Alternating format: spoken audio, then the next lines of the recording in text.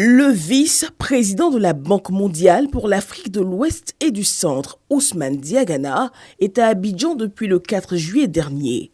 Ce mardi, il est reçu par le vice-président de la République, Siemoko Miele Kone, pour faire le point de ses sessions de travail technique. Nous avons informé Monsieur le vice-président, son Excellence, des progrès qui sont déjà accomplis dans le cadre de nos interventions diverses et variées en Côte d'Ivoire.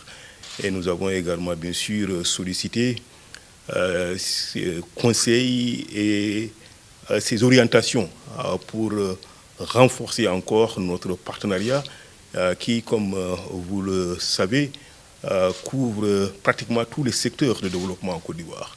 Le portefeuille actuel de la Banque mondiale en Côte d'Ivoire s'élève à environ 6 milliards de dollars. Sur le secteur de l'énergie, la Côte d'Ivoire se présente comme un pays locomotive dans la sous-région, tant du point de vue des investissements qu'il est en train de faire, mais plus important, des retombées de ces investissements pour permettre aux autres pays, dans son voisinage immédiat, d'avoir aussi accès à ces produits essentiels.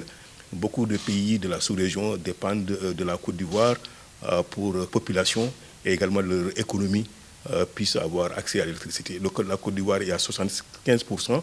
Il est clair que les 25% de la population qui restent ont aussi droit à l'électricité. Quels investissements supplémentaires doivent être également faits en collaboration avec l'ensemble des partenaires, la Banque mondiale, mais également le secteur privé, pour que ces derniers miles, de kilomètres, puissent être parcourus et puissent véritablement à la Côte d'Ivoire d'avoir une électricité qui soit disponible. Et ceci est important pour aussi le développement du capital humain, tout comme le développement agricole, qui sont d'autres secteurs importants que nous avons discutés au cours de notre mission. Pour ce qui concerne le développement humain, la Côte d'Ivoire a fait beaucoup de progrès.